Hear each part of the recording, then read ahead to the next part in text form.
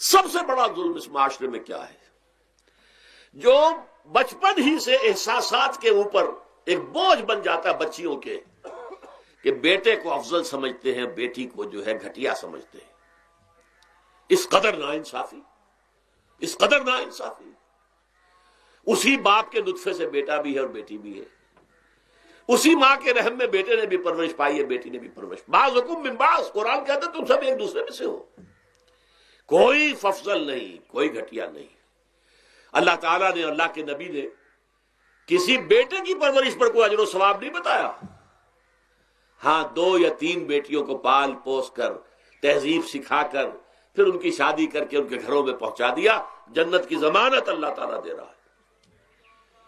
اور سب سے بڑی بات یہ کہ سب سے زیادہ محبوب انسان حبیب اللہ محمد ہے صلی اللہ علیہ وسلم، اور محمد کو اللہ نے بیٹے نہیں دیے، دیے بھی تو لے لیے، بیٹیاں دی، 4 بیٹیاں دی، اور کتنی محبت کرتے تھے محمد صلی اللہ علیہ وسلم کی بیٹیوں سے، خاص طور پر حضرت فاطمہ سے، وہ تو آپ سیرت میں پڑھیے کتنی محبت، کس قدر محبت۔ سب سے چھوٹی تھی شاید اس لیے۔ بہرحال پہلی بات تو یہ کہ بچپن ہی سے وہ دعویٰ پڑھنا شروع ہو جاتا ہے بچیوں کے ذہنوں پر کہ ہم کو گھٹیا ہیں، ہمارے بھائی بڑیاں ہیں، ہمارے والدین جو ہیں ان سے زیادہ محبت کرتے ہیں، ہم سے نہیں کرتے۔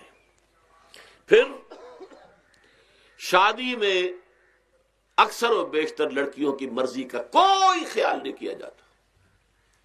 یہ ظلم ہے جو ہم کر رہے ہیں۔ لڑکی کی مرضی کے بغیر، اس کے اذن کے بغیر، اس کی اجازت کے بغیر کوئی شادی نہیں ہو سکتی۔ زبردستی وہ بھیڑ بکریاں نہیں ہے کہ جس کے ہاتھ چاہا آپ نے بیچ دیا، معاذ اللہ ثم معاذ اللہ ثم معاذ اللہ۔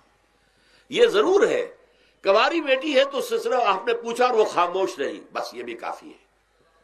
البتہ یہ کہ اگر کوئی سیبہ ہے جس سے پہلے نکاح ہو گیا تھا، بیوہ ہو گئی، یا پہلے شادی تھی ایک خلا لے لی، طلاق لے لی، یا طلاق ہو گئی، اس کو تو کہنا پڑے گا کہ ہاں مجھے کوئی اعتراض نہیں ہے اگر میری فلاں شخص سے شادی کر دی جائے، اس کے بغیر نکاح ہو نہیں سکتا۔ پھر ان سب کے اوپر سب سے بڑا ظلم، یہ تو اللہ تعالیٰ آپ کو توفیق دے تو دوسرا رکوع سورہ نساء کا پڑھیں، کتنی تاکید کے ساتھ احکام آئے ہیں وراثت کے۔ وراثت مما قل منہ او کثر، چاہے زیادہ مال کسی نے چھوڑا ہو چاہے تھوڑا سا چھوڑا ہو، لیکن وراثت کے احکام جو ہیں ان کو نافذ کرنا ہوگا۔ نصیبا مفروضا، یہ اللہ کی طرف سے حصے ہیں جو مقرر کر دیے گئے ہیں۔ لیکن ہمارے معاشرے میں کون ہے جو بیٹیوں کو دینے کو تیار ہو اور بہنوں کو دینے کو تیار ہو؟ مجھے تو حیرت ہوئی تھی، مالا کنڈ میں آپ کو معلوم ہوگا ایک دفعہ بڑی تحریک چلی تھی شریعت کے نفاذ کی۔ مولوی صوفی محمد صاحب بڑے نیک آدمی ہیں، بہت، اس میں کوئی شک نہیں۔ 80,000 کا مجمع لے کر، جلوس لے کر وہ چل پڑے تھے اسلام آباد کی طرف۔ جیسے ابھی اکرم آوان صاحب نے دھمکی دی تھی کہ 3 لاکھ میرے پاس ہیں، لیکن وہ 3 لاکھ میں سے وہ تو ان کے ہاں جمع جو ہوئے مشکل 5 سے 6,000 آدمی جمع ہوا تھا کوئی، لیکن یہ تو 80,000 کو مالا کنڈ سے دے کر اور دریا اٹک تک تو پہنچ گیا تھا۔ اللہ کا بندہ، 80,000 کا قافلہ وہاں روکا گیا۔ لیکن ان سے بھی جب میں نے جا کر بات کی کہ مولانا شریعت آپ نافذ کروانا چاہتے ہیں، لیکن کیا آپ بچیوں کو بھی وراثت کا حق دینے کو تیار ہیں؟ کیا نہیں، یہ تو رواج کا معاملہ ہے۔ میں نے کہا لا حول ولا قوت الا باللہ، اگر یہ رواج کا معاملہ ہے تو باقی چیزیں بھی رواج کی ہے، پھر شریعت بدل چکی ہے، اب شریعت کا رواج نہیں رہا، ساری شریعت چھوڑ دیجیے آپ۔ لیکن ان کی نیکی کی بات ہے یہ کہ پہلے توجہ کبھی ان کی ادب نہیں ہوئی، لیکن میری یہ بات جو ہے ان کو لگ گئی ان کے دل کو۔ اگلی مرتبہ جب ان سے ملنے گیا تو انہوں نے کہا کہ اب میں نے بیعت لینی شروع کی ہے لوگوں سے کہ وہ اپنی بیٹیوں کو بھی حق دیں گے، وراثت کے اندر تقسیم کر کے دیں گے حصہ۔ لیکن یہ کہ اس وقت تک انہوں نے کہا تھا، ابھی کل 28 آدمیوں نے بیعت کی ہے، وہ 80,000 سے بیعت یہ لینی آسان کام نہیں ہے۔ 80,000 کو جوش دلا کر شریعت کے نام پر لا کر ٹکرا دینا یہ آسان کام ہے، لیکن 80,000 سے یہ بیعت لینا کہ پورے شریعت پر عمل کریں گے، یہ بہت مشکل ہے۔